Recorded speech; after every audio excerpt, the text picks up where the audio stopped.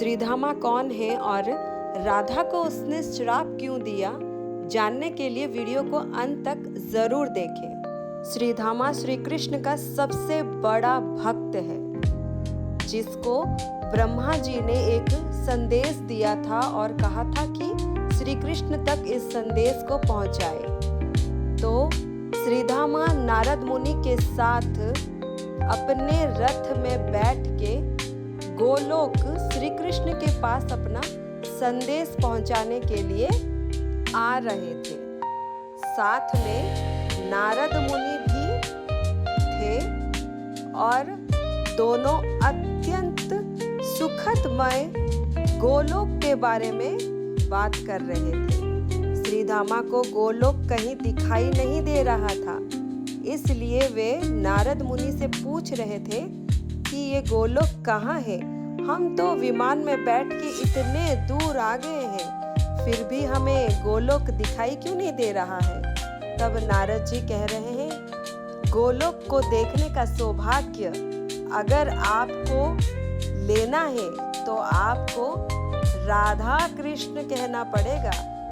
लेकिन श्रीधामा ठहरा कृष्ण का अत्यंत हृदयमय भक्त, इसलिए वो श्री कृष्ण से पहले राधा का नाम बिल्कुल भी स्मरण नहीं करना चाहता था। राधा का नाम सुनते ही श्रीधामा को अत्यंत क्रोध आ जाता था। लेकिन नारद मुनि ठहरे श्री कृष्ण के दूत, उन्होंने बहुत प्रयास किया श्रीधामा को ये समझाने की कि राधा कृष्ण का नाम एक साथ लिया जाता है और दोनों का नाम एक साथ लेने से हृदय में शांति, सुख और जीवन में समृद्धि आती है। लेकिन श्रीधामा ये मानने को तैयार ही नहीं था। उसने तो राधा को पहले ही मायावी समझ लिया था। लेकिन जैसे ही नारद मुनि ने राधा कृष्ण कहा, वैसे ही गोलोक स्पष्ट भाव से मेघ के अंदर भी दिखने लगा और गोलोक के उस सुंदरता को देख के भी श्रीधामा को कुछ समझ नहीं आया। उसने तो कह ही दिया कि राधा एक मायावी शक्ति है, जिसने मेरे श्री कृष्ण को बांध के रखा है अपने माया शक्ति से। वो मानने को तैयार ही नहीं कि राधा कृष्ण की प्रेमिका है, प्रेम है। नारद मुनि श्रीधामा को गोलोक में छोड़ के वहां से चले जाते हैं। श्रीधामा श्री कृष्ण को ढूंढते ढूंढते श्री कृष्ण के चरण चिन्ह पर पहुंच जाता है। श्री कृष्ण के चरण चिन्ह को देख के उनको स्पर्श करता है और श्री कृष्ण का सुमिरन करता है और नाम जपता है, जय श्री कृष्ण। श्रीधामा का बस एक ही नाम है, जय श्री कृष्ण जपना। जैसे ही वो जपना शुरू किए, ठीक उसी समय श्री कृष्ण उसके सामने आके खड़े हो गए और उस चरण चिन्ह को जैसे ही उन्होंने अपने हाथ में लेके उन रेत को सिर पे लगा ही रहे थे कि श्री कृष्ण ने कहा कि तुम किस माया से बंधे हुए हो, तुम चरण चिन्ह को क्यों स्पर्श कर रहे हो, जब स्वयं तुम्हारे सामने तुम्हारे भगवान श्री कृष्ण खड़े हैं। तब श्रीधामा को अलौकिक रूप श्री कृष्ण अपने सामने दिखाई देते हैं और जैसे ही श्रीधामा को श्री कृष्ण दिखाई दिए, श्रीधामा सीधे दौड़ के जाके श्री कृष्ण के चरण के जो धूल था उसको नीचे रख के श्री कृष्ण के स्वयं चरणों के नीचे गिर जाता है। श्री कृष्ण को देख अत्यंत प्रसन्नता पूर्वक जय श्री कृष्ण कह के श्री कृष्ण को गले लगाता है। श्री कृष्ण के चरण में उसका वास है, ये सोच के श्री कृष्ण को हमेशा कहता है कि मैं ही आपका सबसे बड़ा भक्त हूँ भगवान। श्री कृष्ण ही उसके जीवन का आधार है। श्री कृष्ण के बिना वो सांस तक नहीं लेता है। उसने ऐसा श्री कृष्ण को कहा और श्री कृष्ण ने भी कहा कि तुम मेरे भक्त नहीं, तुम मेरे अंश हो। मेरे चरणों में तुम्हारी जगह नहीं, मेरे हृदय में तुम्हारी जगह है। ऐसा कह के श्री धामा को स्वागत किया गोलोक में। श्री धामा भी श्री कृष्ण को देख अपने मुंह से ये निकालता है कि मैं ब्रह्मदेव का संदेश आपके लिए लेके आया हूँ। तब श्री कृष्ण कहते हैं कि सबसे पहले तुम अपने मन के संदेह के बारे में मुझे बताओ। मुझे ब्रह्मदेव के संदेश बाद में देना, पहले अपना संदेह दूर करो। तब श्री धामा श्री कृष्ण से कहता है कि मैं जब से गोलोक आया हूँ प्रभु, मैं सुनता जा रहा हूँ कि आपसे पूर्व राधा का नाम क्यों लिया जाता है। मुझे ये मंजूर नहीं कि मेरे भगवान के नाम से पूर्व किसी मायावी शक्ति यानी राधा का नाम लिया जाए। ये मैं कभी स्वीकार नहीं करूँगा। तब श्री कृष्ण एक झरना के पास श्री धामा को लेके जाते हैं और कहते हैं कि इस झरना को गौर से देखो। तब श्री धामा उस झरना को देख के श्री कृष्ण से कहता है कि प्रभु, ये झरना तो नीचे से ऊपर की तरफ जा रहा है, ये कैसी माया है। तब श्री कृष्ण कहते हैं कि ये राधा और कृष्ण का प्रेम है। ये झरना नहीं, ये बहती हुई वो धारा है जिसमें राधा और कृष्ण का प्रेम शामिल है। लेकिन श्री धामा इस बात को अस्वीकार करते हुए श्री कृष्ण से कहता है कि आपने जो भी कहा बेशक वो आपके लिए सत्य हो सकता है प्रभु, लेकिन मेरे लिए तो एक माया है, एक छल है।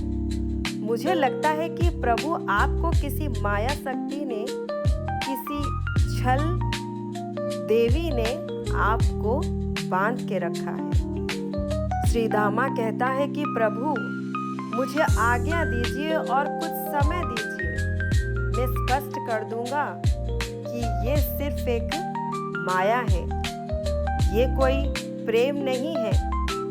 राधा आपकी प्रेम नहीं, वो एक माया है, वो एक छल है। श्री कृष्ण कहते हैं कि ठीक है श्री धामा, दिया मैंने तुम्हें समय, तुम मेरे सामने ये स्पष्ट करके दिखाओ कि राधा का प्रेम मेरे लिए छल है, माया है, कपट है। श्री धामा कहता है कि ठीक है प्रभु, मैं आपको ये दिखा के ही रहूँगा। तब श्री कृष्ण कहते हैं कि श्री धामा, अब मेरे भोग का समय हो गया है, सारी गोपियाँ मेरे इंतज़ार कर रही होंगी, तुम भी वहाँ भोग चढ़ाने आ जाना। और श्री कृष्ण राधा भोग के लिए अपने स्थान ग्रहण किए और सारी गोपियाँ उनकी आरती उतार रही थी। श्री धामा वहाँ पहुँचा और दूर से देख के आश्चर्यचकित हो गया कि ये सारे गोलोक के जो गोपियाँ हैं वो प्रभु श्री कृष्ण के साथ राधा की आरती क्यों उतार रही हैं। सारे गोपियाँ स्वर्ण अलंकार लेके आए और राधा कृष्ण ने उन्हें स्पष्ट किया। सारे गोपियाँ वस्त्र लेके आए और राधा कृष्ण ने मिलके उन्हें स्पष्ट किया। गोलोक में जितने भी वस्तुएं हैं सबको राधा कृष्ण मिलके ही स्पष्ट करते हैं, तभी वो सांस लेते हैं। ये सुन के श्रीधामा का क्रोध अत्यंत बढ़ गया। फिर भी श्रीधामा जो भोग लेके आया था उसने भोग चढ़ाया। जब श्री राधा ने श्रीधामा के हाथ से वो भोग के माखन के हांडी को लेना चाहा, तब श्रीधामा ने उन्हें नहीं दिया। श्री कृष्ण ने भी हाथ बढ़ाया, तब श्रीधामा ने वो माखन हांडी को भोग के हेतु चढ़ाया। लेकिन राधा ने उस हांडी से माखन निकाल के सबसे पहले ग्रहण किया। उसके बाद श्री कृष्ण को माखन खिलाया। राधा ने माखन को चखा, उसके बाद श्री कृष्ण को माखन खिलाया। ये देख श्रीधामा अत्यंत क्रोधपूर्वक चिल्लाने लगा। ये देख अत्यंत क्रोध से श्रीधामा ने भोग को बीच में ही रोक दिया और कहने लगा, मेरे श्री कृष्ण को आपने इस तरह भोग क्यों खिलाया? राधा ने कहा, इस तरह का मतलब क्या है? मैंने सबसे पहले भोग को इसलिए चखा क्योंकि कान्हा को मैं बासी माखन नहीं चढ़ाना चाहती थी। पहले मैं चखती हूँ कि वो खट्टा है या मीठा है या ताजा है या बासी है। उसके बाद मैं श्री कृष्ण को उस माखन को खिलाती हूँ। श्रीधामा क्रोध में कहने लगा, आपने मेरे भगवान को मेरे ही सामने झूठा भोग खिलाया। ये मैं कभी बर्दाश्त नहीं कर सकता। आज तो मैं स्पष्ट करके ही रहूंगा कि श्री कृष्ण ही सबसे श्रेष्ठ है और ये राधा नाम माया है, छल है। राधा कहने लगे, छल तो मन में होता है। जब मैं और कृष्ण एक हैं, तो छल किस बात का? तब श्रीधामा ने कहा सभी गोपियों को कि सब मिलके कहो जय श्री कृष्ण। तब सारे गोपियां मिलके हंसते हुए कहने लगे, जय श्री कृष्ण। राधा के तरफ देखा। राधा ने भी कहा कि मुझे कोई आपत्ति नहीं है गोपियों, जैसा श्रीधामा कहते हैं आप बिल्कुल वैसा ही करो। जैसे ही गोपियों ने जय श्री कृष्ण कहा, पूरे संसार अलौकिक रूप हंस उठा, खिल उठा। तब राधा जी भी मुस्कुराते हुए गोपियों के तरफ देखते हैं और कहते हैं कि श्री कृष्ण का नाम जपना मेरे लिए कभी भी बाधा नहीं है। तब गोपियों ने मुस्कुराते हुए फिर से कहा, जय श्री कृष्ण। श्रीधामा भी उनके साथ साथ ही दोहराने लगा और कहने लगा कि राधा नाम कोई नहीं जपेगा। सब मुस्कुराते हुए मन से, दिल से और हृदय से कहो जय श्री कृष्ण। तब सारे गोपियों ने भी श्रीधामा की बात रखी और देखा कि ये पेड़ में जो पत्ते नहीं थे, फूल नहीं थे, वो पेड़ भी खिल उठा। सारे मिट्टी के दिए जितने भी लगे हुए थे, सब सोने के दिए बन गए और ये पूरा गोकुल सोने के सूर्य किरण जैसा चमक उठा।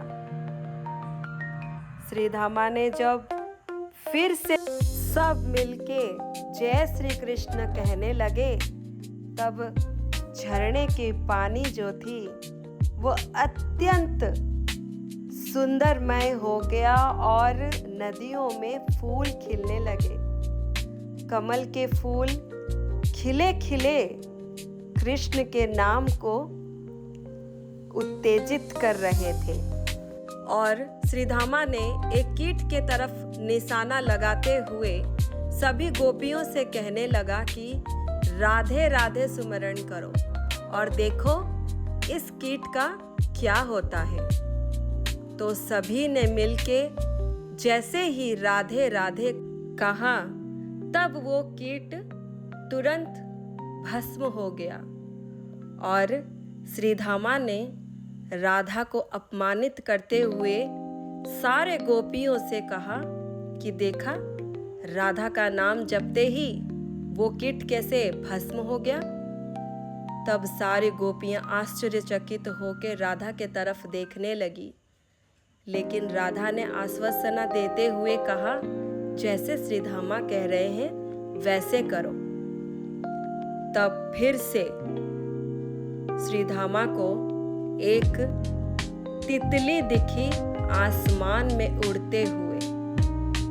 श्रीधामा ने सारे गोपियों को फिर से उस तितली के तरफ निशाना लगाते हुए कहा कि राधे राधे जपो और देखो ये जो तितली रंग बिरंगी पंखुड़ी के साथ अत्यंत प्रसन्नता से उड़ रही है, उस तितली का क्या होता है।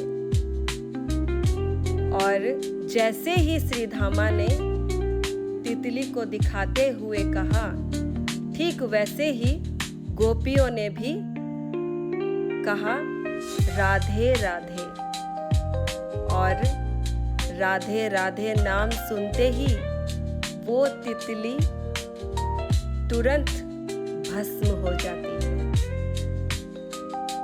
तितली को भस्म होते हुए देख सारे गोपियां फिर से आश्चर्यचकित हो जाती हैं। राधा श्री कृष्ण के तरफ देख के क्या कहना है गोपियों को ये सोचती हैं, लेकिन श्री कृष्ण चुप रहते हैं। श्रीधामा उसी समय फिर से राधा का अपमान करते हुए कहती है कि राधा नाम जपने पर तितली का भी अंत हो गया। राधा नाम अपने आप में ही एक माया है जो कि आप सबको और मेरे प्रभु श्री कृष्ण को जकड़ के रखी हुई है। तब गोपियों के पीछे से एक छोटी सी लड़की आती है और श्रीधामा उस लड़की के पास जाके कहता है कि इस लड़की को लक्ष्य मानते हुए क्या आप लोग राधे राधे कहना चाहोगे? क्या आप चाहोगे कि राधे राधे नाम सुनते ही ये लड़की भी भस्म हो जाए, इस लड़की का भी अंत हो जाए? ये सुन के सारी गोपियां चुप रहती हैं, कोई भी राधे राधे नहीं कहती है। तब श्रीधामा कहती हैं कि आज से आप लोग सिर्फ और सिर्फ मेरे श्री कृष्ण प्रभु को ही पूजा करना, भोग चढ़ाना। मेरे प्रभु के साथ इस मायावी राधा का नाम कभी ना लिया जाए, इसका ध्यान रखना। गोलोक में आज के बाद से कभी भी श्री कृष्ण के साथ राधा का नाम नहीं जोड़ा जाना चाहिए। इतना कह के श्रीधामा श्री कृष्ण के पास जाता है और उनसे पूछता है कि प्रभु, क्या मैंने उचित किया है? श्री कृष्ण उसी समय श्रीधामा से कहते हैं, मुझे इसका जवाब देने के लिए समय चाहिए। अभी मैं थोड़ा विश्राम करना चाहता हूँ। क्या मैं तुम्हें इसका उत्तर कुछ देर बाद दे सकता हूँ? तब श्रीधामा भी श्री कृष्ण के बात से सहमत होके कहते हैं कि ठीक है प्रभु, मुझे आपके जवाब का इंतजार रहेगा, जैसे आपकी इच्छा। जय श्री कृष्ण। इतना कह के श्री कृष्ण श्रीधामा को वहीं पे छोड़ के वहां से चले जाते हैं। श्री कृष्ण के वहां से जाने के बाद श्रीधामा राधा के तरफ देख के छल, कपटी, मायावी कहने लगता है। सारे गोपियों को राधा से दूर रहने के लिए कहता है और राधा को यहाँ से दूर भेजने का उपाय निकालने के लिए भी सारे गोपियों से कहने लगता है। इतने में वो छोटी सी बच्ची श्रीधामा के पास आके कहती है कि राधे राधे कहो ना, मुझे आपके मुंह से राधे राधे सुननी है। तब श्रीधामा कहता है, तुम छोटी सी बच्ची हो, तुम्हें ज्ञान नहीं है। अगर मैं तुम्हें राधे राधे कहूँगा तो तुम भी भस्म हो जाओगे। इतना कह के श्रीधामा श्री कृष्ण के पीछे पीछे चले जाता है और श्री कृष्ण अपने कक्ष के तरफ अपना कदम बढ़ाते हैं। फिर से वो बच्ची श्रीधामा को कहने लगती है कि राधे राधे कहो ना। तब श्रीधामा सारे गोपियों के तरफ इशारा करते हुए कहता है कि अब तुम चुप हो जाओ बच्ची। इतना कह के श्रीधामा श्री कृष्ण के पीछे पीछे चला जाता है। श्री कृष्ण श्रीधामा को अपने पीछे आते हुए देख श्रीधामा से कहते हैं कि मैं तुम्हें अभी उत्तर नहीं दे सकता। दूसरी ओर वो छोटी सी बच्ची राधा के पास आके कहती है कि अब क्या होने वाला है। लेकिन श्री कृष्ण श्रीधामा से कहते हैं कि तुमने मेरे लिए बहुत कुछ किया है, क्या अब एक शेष कार्य करोगे? तब श्रीधामा कहता है कि प्रभु, मैं तो आपके लिए कुछ भी करने के लिए तैयार हूँ। तब श्री कृष्ण कहते हैं कि मैं शांत मन से विचार करना चाहता हूँ कि जो भी तुमने किया है वो उचित किया है या नहीं। मैं जब तक सोचूं तब तक क्या तुम मेरे द्वारपाल बनोगे? श्रीधामा इस बात को स्वीकार करते हुए श्री कृष्ण से कहता है कि प्रभु, मुझे आपका द्वारपाल बनने के लिए स्वीकार है। मैं तो अत्यंत भाग्यशाली समझता हूँ अपने आप को कि मैं आपका द्वारपाल बनके आपके द्वार के सामने खड़ा रहूंगा। इतना कह के श्री कृष्ण अपने कक्ष के तरफ चले जाते हैं और दरवाजा बंद कर देते हैं। तब श्रीधामा श्री कृष्ण से पूछते हैं कि क्या किसी को भी इजाजत नहीं है प्रभु आपके पास जाने के लिए? तब श्री कृष्ण कहते हैं कि नहीं, किसी को भी अंदर नहीं भेजना। श्रीधामा तब कृष्ण का आज्ञा पालन करके द्वारपाल रूपक खड़ा हो जाता है। दूसरी ओर वो छोटी सी लड़की राधा को जाके पूछती है कि अब इसके बाद क्या होने वाला है। तब राधा उस छोटी सी लड़की को कहते हैं कि अब श्री कृष्ण मुझे पुकारने वाले हैं और मैं उनके पास जाने वाली हूँ। जब श्री कृष्ण दिल से राधा को पुकारते हैं, प्रेम से राधा को पुकारते हैं, तब श्रीधामा को सुनाई ही नहीं देता है कि श्री कृष्ण ने राधा को पुकारा। इतने में सारे गोपियों को पता चल जाता है कि ये कोई माया नहीं, ये कृष्ण का ही लीला था। तब सारे गोपियां और वो लड़की मिलके इस समस्या का समाधान करने के लिए श्री कृष्ण के पास जाने का सोचते हैं।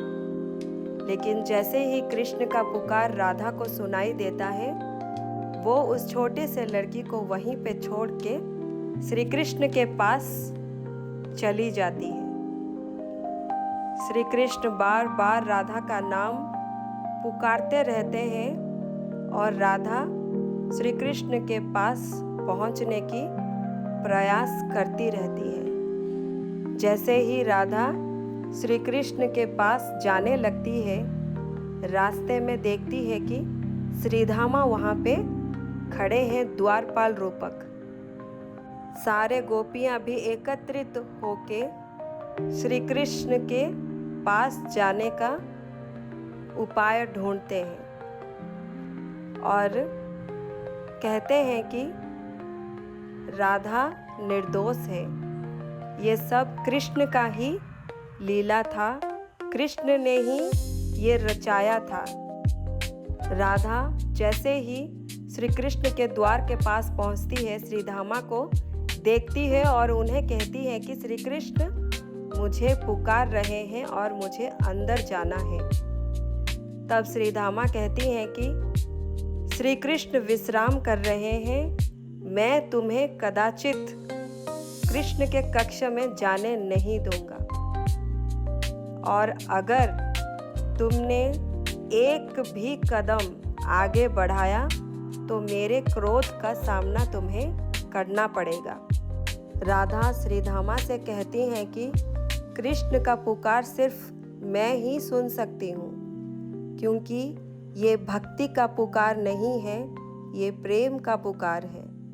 तब श्रीधामा कहते हैं कि तुम ऐसे कैसे निश्चय कर सकते हो कि भक्ति से प्रेम बड़ा है। राधा श्रीधामा से कहते हैं कि ये तुम्हारी सोच है, तुम्हारी सोच से मुझे कुछ लाभ नहीं है। मैं सोचती हूँ कि मेरे श्री कृष्ण मुझे पुकार रहे हैं और मुझे उनके पास इस समय जाना है। तब श्रीधामा कहते हैं कि मैं तुम्हें अंदर प्रवेश करने की अनुमति नहीं दे सकता। श्री कृष्ण ने मुझे द्वारपाल रूपक यहाँ खड़ा किया है और कह के गए हैं कि वो विश्राम कर रहे हैं, किसी को भी अंदर ना भेजा जाए। राधा श्रीधामा से कहती हैं कि किसी से और राधा से संबंध अलग है। राधा किसी क्षण भी श्री कृष्ण के कक्ष में प्रवेश कर सकती है। राधा को किसी की अनुमति की आवश्यकता नहीं है। श्रीधामा कहती हैं, आप एक कदम भी आगे बढ़ाने की कोशिश मत करना, अन्यथा आपको अपनी स्मरण शक्ति गंवाना पड़ेगा। राधा कहती है कि राधा वो प्रेम नहीं है जो अपने स्मरण शक्ति हराने के चेतावनी से डर जाए। राधा की ये बात सुन के श्रीधामा अत्यंत क्रोधित हो उठे। फिर से राधा को चेतावनी दी कि आप कृष्ण के कक्ष के तरफ एक भी कदम मत बढ़ाइए, अन्यथा आपको मेरे श्राप से गुजरना पड़ेगा। फिर भी राधा नहीं मानती है और श्रीधामा को अनदेखा करते हुए श्री कृष्ण के कक्ष के तरफ बढ़ने लगती है। तब श्रीधामा श्राप देते हुए राधा से कहती हैं कि 100 साल तक श्री कृष्ण को भुला के तुम्हें मृत्यु लोक में रहना पड़ेगा, ये मेरा श्राप है। तुम श्री कृष्ण के प्रेम को पाने के लिए 100 साल तक इंतजार करोगी, वो भी अपना स्मरण शक्ति हराते हुए। ये सुन के राधा अत्यंत भावुक हो जाती है और रोने लगती है। राधा के आंख में अश्रु देख श्री कृष्ण अपना दरवाजा खोल देते हैं और राधा के तरफ देख के रोने लगते हैं। राधा को पहले से ही ये स्मरण था कि श्रीधामा उन्हें यही श्राप देने वाली है, क्योंकि ये सब राधा और कृष्ण की मिली भगत लीला थी, पृथ्वी में अपने प्रेम का परिचय दिखाने के लिए। राधा श्रीधामा के बात को अनदेखा करते हुए श्री कृष्ण के तरफ देखती है और श्री कृष्ण भी राधा के श्राप को अनुभव करते हुए राधा को देख के रोने लगते हैं। श्री कृष्ण श्रीधामा को भी कुछ कह नहीं पाते हैं, जबकि श्रीधामा श्री कृष्ण के भक्त ही नहीं बल्कि वो उनके अंश भी है। श्री कृष्ण श्रीधामा के आदर करते हैं, क्योंकि श्रीधामा ने जो भी किया वो सब श्री कृष्ण का ही लीला था।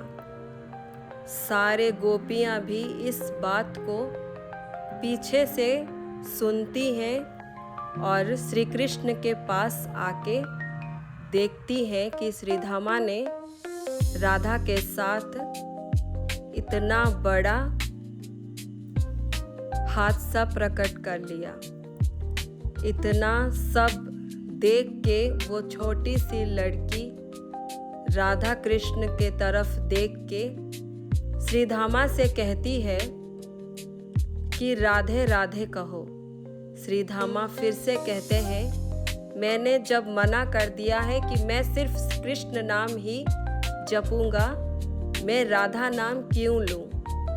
तब वो छोटी सी लड़की श्रीधामा के पास आके कहती है कि जिस कीट को निशाना करते हुए तुम सब ने मिलके राधे राधे कहा, वो कीट कोई और नहीं, मैं ही हूँ।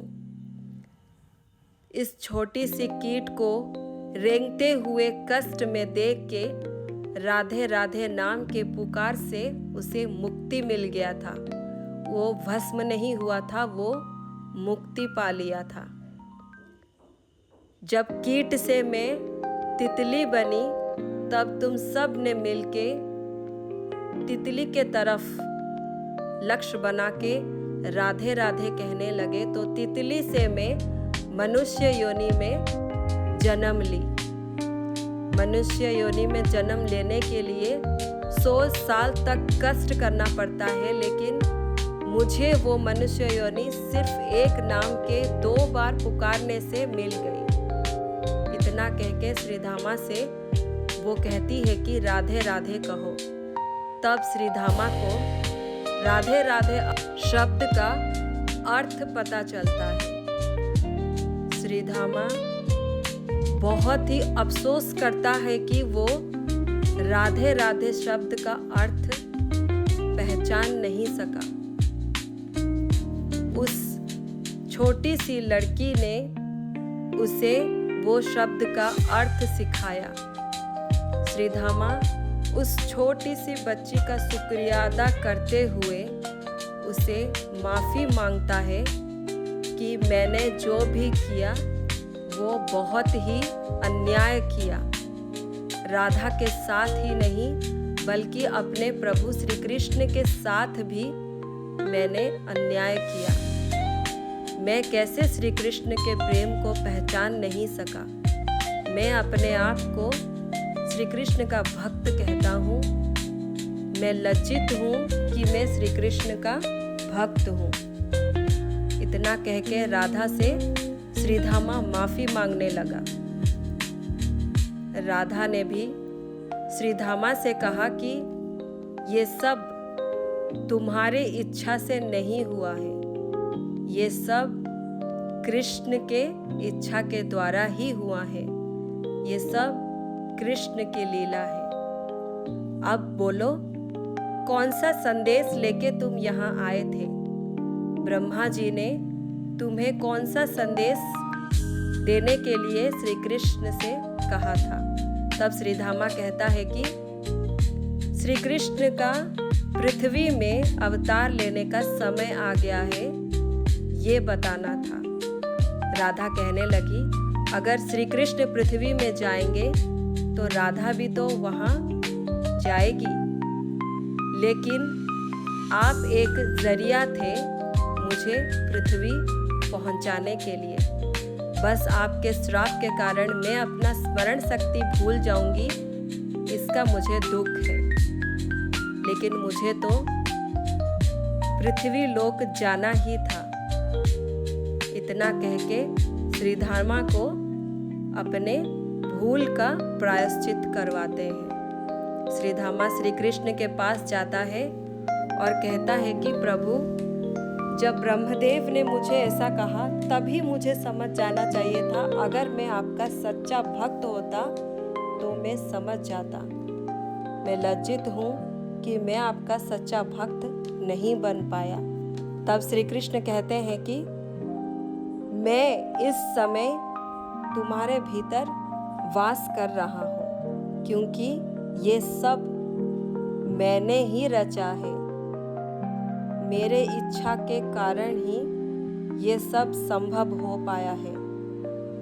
मैंने ही ब्रह्मदेव से तुम्हें यहाँ पर बुलाया है। तुम एकमात्र जरिया थे राधा को पृथ्वी लोक पहुँचाने के लिए। लेकिन जब तुमने राधा को श्राप दिया है तो तुम्हें भी उस श्राप का भागीदार बनना पड़ेगा। तब श्रीधामा और सभी मिलके एक साथ राधे राधे कहने लगते हैं, उस छोटी सी लड़की को लक्ष्य बना के। तब उसी क्षण वो छोटी सी लड़की भस्म हो जाती है, यानी मोक्ष पा जाती है। अगले दिन जब राधा श्री कृष्ण से मिलती है तो पूछती है कि कान्हा, ये कैसी लीला है तुम्हारी? जब पृथ्वी लोक में हम दोनों साथ में मिलके ही अपना प्रेम सबको दर्शा सकते हैं, तो मेरी स्मरण शक्ति क्यों छीन ली गई? तब श्री कृष्ण कहते हैं कि इसके पीछे भी एक अनंत कहानी है। जब तुम अपना स्मरण शक्ति खोते हुए पृथ्वी लोक में रहोगे, मैं तुम्हें अपनी सारी बातें याद दिलाने के लिए तुम्हारे पास पहुंचूंगा।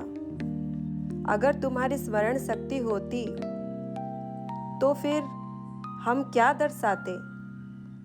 मैं इस पूरे संसार को ये दर्शाना चाहता हूँ कि राधा के स्मरण शक्ति के बिना भी राधा श्री कृष्ण को पहचान सकती है।